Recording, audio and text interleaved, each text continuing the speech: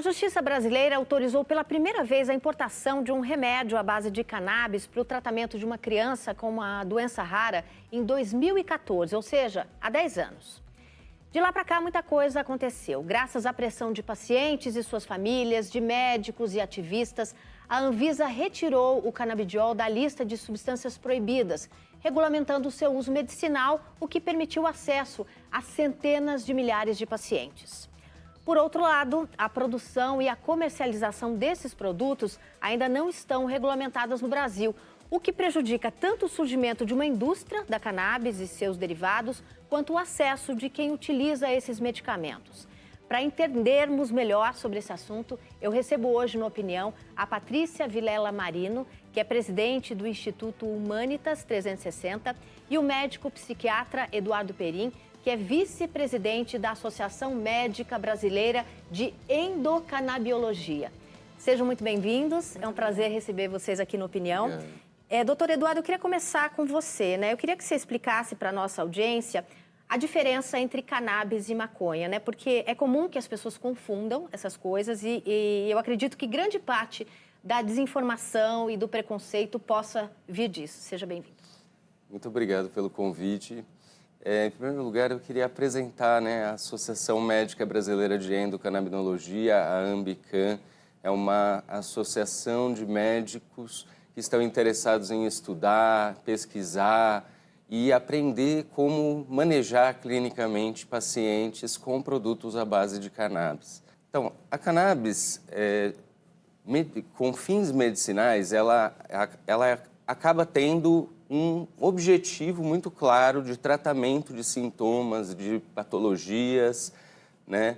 É diferente da maconha de rua, que vai ter um intuito recreacional, um uso adulto. Na cannabis medicinal, por exemplo, não é desejável, ou pelo menos não é o que se espera, que o paciente tenha psicoatividade, por exemplo.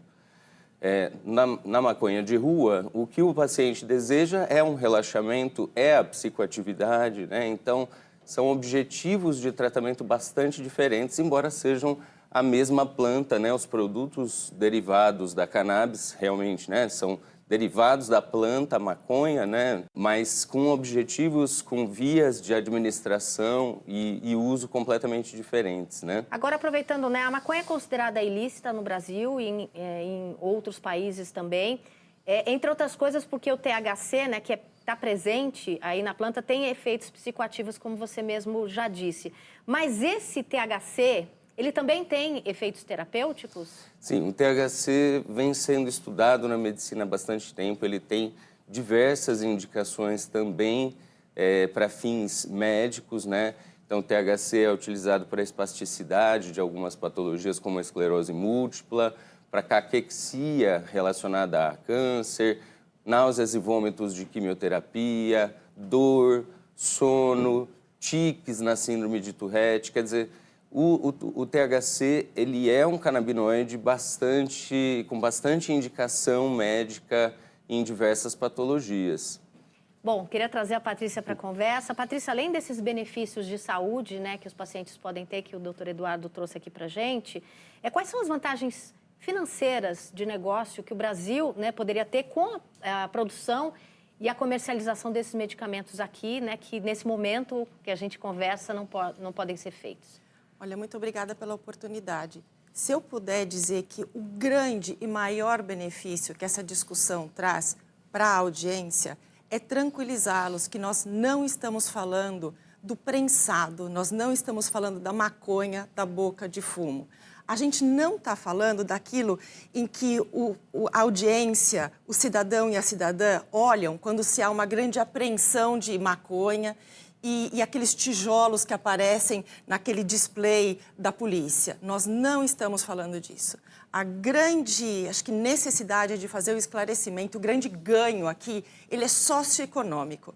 Porque na medida em que a sociedade entender que nós estamos falando de uma planta e do produto dessa planta, e o produto dessa planta é o remédio, e o produto dessa planta não é o prensado, não é o que dá a loucura, não é o que vicia. Feito esse esclarecimento que ele é social e necessário, vamos falar então dos ganhos econômicos.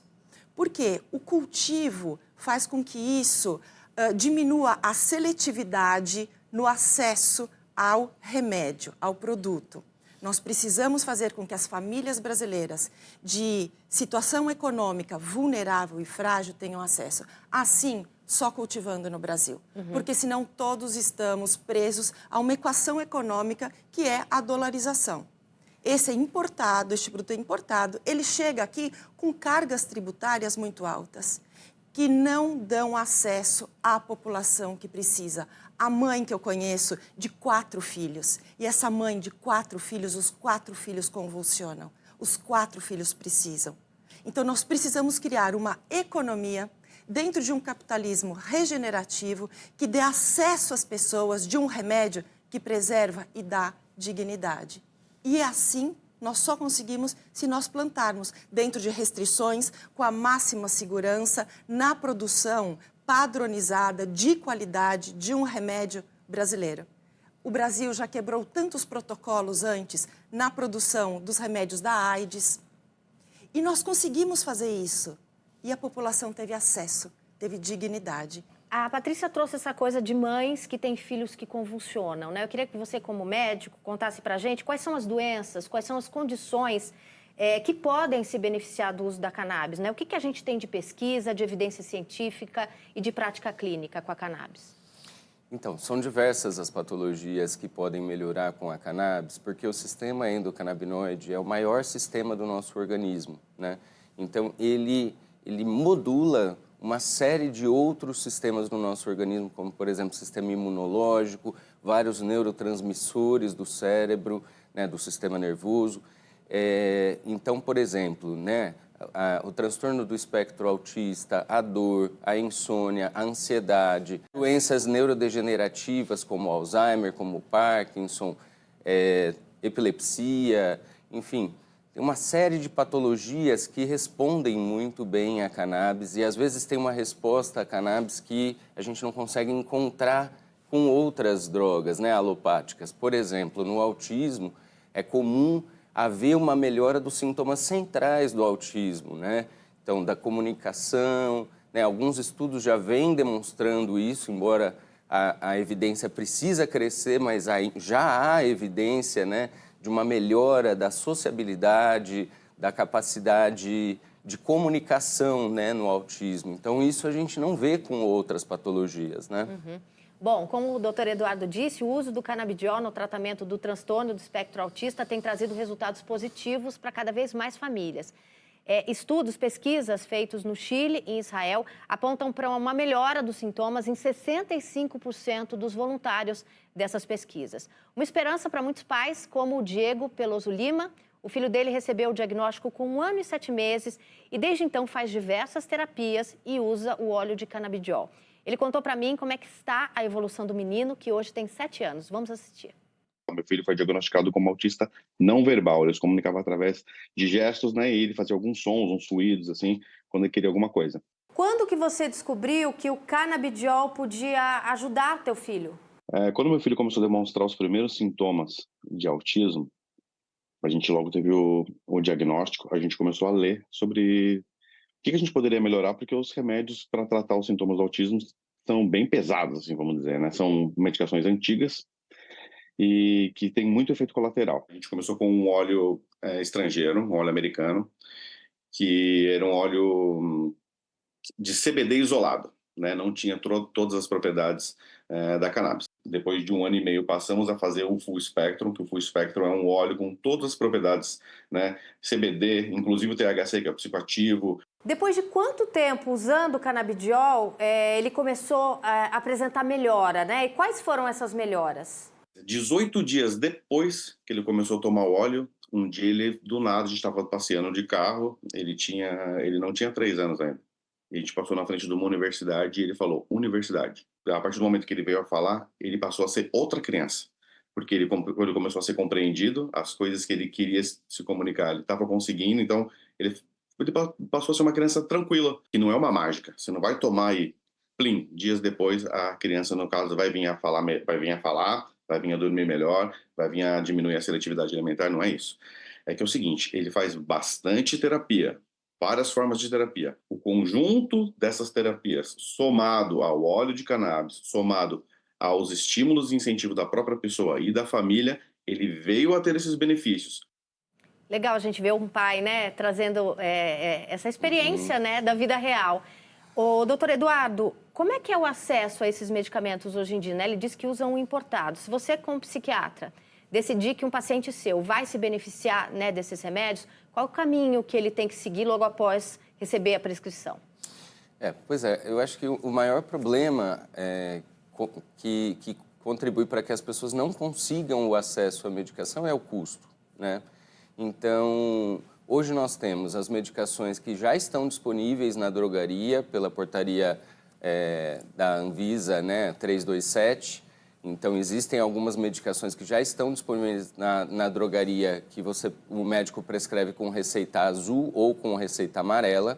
Nós temos óleos das associações que têm habeas corpus para produção e para comercialização dos produtos, como a Abrace, por exemplo, ou de médicos? A Associação de Pacientes e Familiares, como a Abrace, por exemplo, em João Pessoa, né, em que a gente faz uma receita branca, né, com o óleo deles, faz um laudo, o paciente se associa a essa associação e aí abre a possibilidade da compra dos produtos.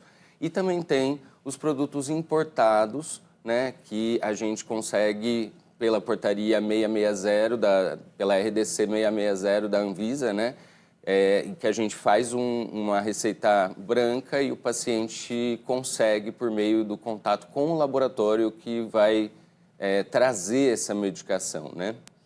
Patrícia, já foi mais difícil, mas também não é fácil, né? Como o doutor Eduardo disse. Eu queria que você contasse para a gente quais são os caminhos que os pacientes com essa mesma prescrição, com essa mesma necessidade, eles encontram em outros países. Uns dias antes da gente gravar esse programa, eu vi a Joana Maranhão, que é ex-nadadora, no Twitter, ela mora na Alemanha, e ela falando que ela só informou, ela ficou até assustada, ela foi, eu tenho prescrição, ela só informou que ela fazia uso e não foi necessária a prescrição, é só perguntar de quantos % você precisa, né? Como é que é isso no restante do mundo? Obviamente, experiências mais positivas e mais fáceis. Sim, são experiências mais positivas, mais fáceis, porque na medida em que você tem uma lei, um marco legal, que legaliza esse uso e também regulamenta as condições de cultivo, de produção, portanto, afere qualidade, padrão naquele medicamento, não deixa de ser um medicamento, você tem um acesso regular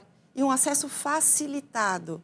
É um acesso que entende a dignidade desse paciente, que entende que esse é um produto que trata de saúde e não coloca toda essa questão em volta do aprisionamento, do direito penal, do crime. É conseguir tratar a saúde como a saúde precisa ser tratada. E os casos que fogem à questão da saúde, porque existe o tráfico e vai continuar existindo o tráfico, nós tratamos de outra maneira. Colocar tudo isso dentro de um lugar só, que é o lugar da criminalidade, da ilegalidade, da obscuridade, isso é muito ruim. Não dá a segurança que um paciente precisa. E ele precisa de ter acesso. E acesso a um custo plausível, a um custo justo, e não tendo que pagar em dólar numa moeda que vale 5 vezes menos que esse dólar, portanto, nós pagamos 5 vezes mais por esse produto e que ainda nem tem uma tecnologia que podia ser nossa. Então, além de ser mais barato em outros países, como na Alemanha, por exemplo, que a gente citou, onde a Joana mora, não é uma corrida de obstáculos conseguir Não é uma corrida de obstáculos e nem é uma corrida de perigo. Porque as pessoas se sentem criminalizadas, como a própria Joana fez, já se justificando que ela tinha uma prescrição para aquisição de algo que as evidências mostram, as pesquisas comprovam, e nós estamos no século XXI, com mentalidade de séculos passados, com legislações e ideologias que não deixam as pessoas terem esse acesso tão importante, sem mágica nenhuma, como aquele pai mesmo falou. É mais um elemento importante nessa equação da saúde individual, na equação da saúde pública, mas que as pessoas não tenham que se sentir criminosas, criminalizadas, com medo de portar o seu remédio, como elas não sentem medo de portar um fentanil, porque esse sim mata. Bom, depois do intervalo, a gente vai ver os resultados animadores obtidos por uma pesquisa da Universidade de Brasília com o canabidiol no tratamento de pessoas viciadas em crack. Não sai daí, a gente volta já.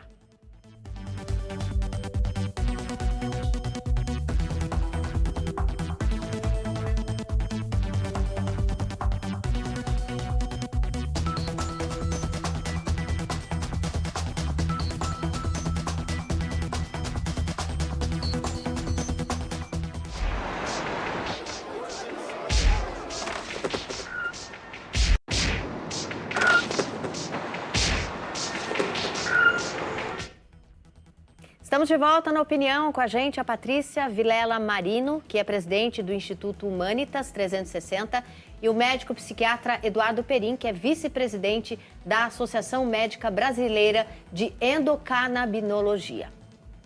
Bom, uma pesquisa inédita feita no Centro de Referência sobre Drogas da Universidade de Brasília mostrou que o canabidiol é eficiente no tratamento do vício em crack.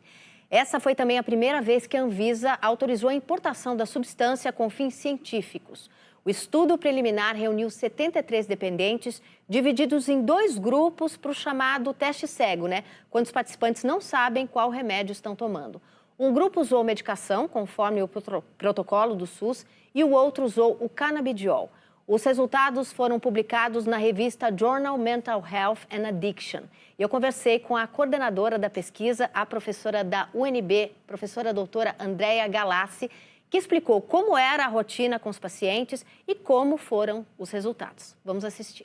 Elas compareciam uma vez por semana, na UNB, na Universidade de Brasília, para receber os medicamentos, para passar pelo atendimento médico, para passar pelo atendimento terapêutico, para a gente fazer os questionários para identificar o uso de drogas. A gente fazia também, coletava a urina para fazer o teste toxicológico, E essas pessoas foram acompanhadas por 11 semanas. E os resultados eles foram muito promissores, porque as pessoas que foram tratadas com o canabidiol, elas tiveram menos efeitos colaterais. O grupo canabidiol ele teve uma redução mais significativa do uso de crack do que o grupo controle, que também teve redução, mas a do grupo canabidiol a redução foi maior. Houve um aumento do apetite.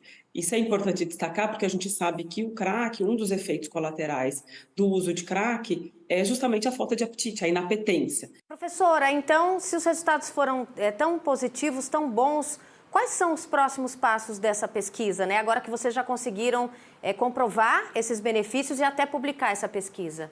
Aumentar o número de participantes, manter o mesmo desenho do estudo, justamente para a gente ter essa comparabilidade, e aí poder verificar se numa amostra de 100, 200 pessoas, que é o nosso objetivo, 200 pessoas com dependência de crack, se essas pessoas vão manter esses resultados positivos que a gente identificou nessa amostra menor. O tratamento de vício em drogas, crack e cocaína e outras drogas, é um tratamento a longo prazo, Não tem ali uma bala de prata. Mas eu queria saber se esses pacientes que estavam no grupo canabidiol, se eles conseguiram se livrar do crack ou se eles conseguiram diminuir muito o consumo. Que você observou nesse grupo? Foi um período de 2 meses e meio, de tratamento, em que essas pessoas foram reduzindo o consumo ao longo das semanas. Tivemos pessoas que interromperam o uso, sim, ao longo do tratamento, mas o elemento que a gente destaca é a redução do consumo. Esses resultados são surpreendentes, são animadores, doutor Eduardo? A dependência de drogas, principalmente do crack, é um tratamento muito difícil, Como é que o senhor avalia esses resultados? É muito interessante ver, que muitas vezes se pensa que a cannabis pode ser uma porta de entrada para as drogas. E hoje, cada vez mais, a gente tem visto que a cannabis pode ser uma porta de saída das drogas, Então, dependentes de álcool, de tabaco, de cocaína, crack, e da própria maconha, utilizando os produtos à base de cannabis para fins medicinais, eles conseguem ter uma melhora, com uma redução do uso, uma redução de danos, Então, a cannabis aí sendo uma porta de saída de substâncias, Isso é muito realmente muito interessante. E agora, quais são as outras frentes de pesquisa com cannabis que podem aí ser, no médio, no longo prazo, uma opção de tratamento?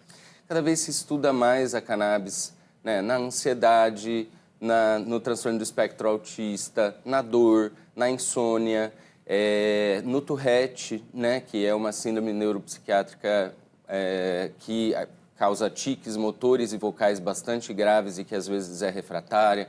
Tem diversos estudos para várias patologias, as dependências também, né? Então, quer dizer, as doenças neurodegenerativas. Tem crescido muito o número de estudos sobre a cannabis, né? Então, a gente vai ver um boom de evidências científicas surgindo nos próximos anos a respeito dos canabinoides para o tratamento de diversas patologias graves, refratárias e de difícil tratamento. Ô, Patrícia, essas evidências científicas, né, estão aparecendo. Aqui a gente conversou com uma pesquisadora super séria da Universidade de Brasília, a gente mostrou aquele pai no primeiro bloco, né? Não é por falta de evidência científica que existe, e existe um projeto de lei que está parado no Congresso, né? O PL 399 de 2015, que poderia regulamentar esse mercado da cannabis, né? Qual que é a situação desse PL? Por que com tanta coisa aparecendo, parece que não se discute, não se tem interesse político, né, que ele ande? Realmente, a palavra é interesse político. O projeto de lei foi amplamente discutido, com audiências públicas, uma apuração do que a opinião pública pensa, dos casos, das evidências, das incontestáveis pesquisas e resultados dessas pesquisas, mas, infelizmente, ele teve um recurso. Esse PL, então, por conta desse recurso, está no nosso Congresso. Mas é muito importante essa data.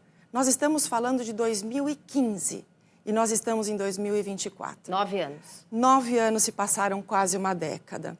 9 anos, quase uma década de tanto sofrimento, de tanta penalização, criminalização, porque alguns desses pais que lutam pela vida dos seus filhos e pela dignidade dessa vida são considerados criminosos.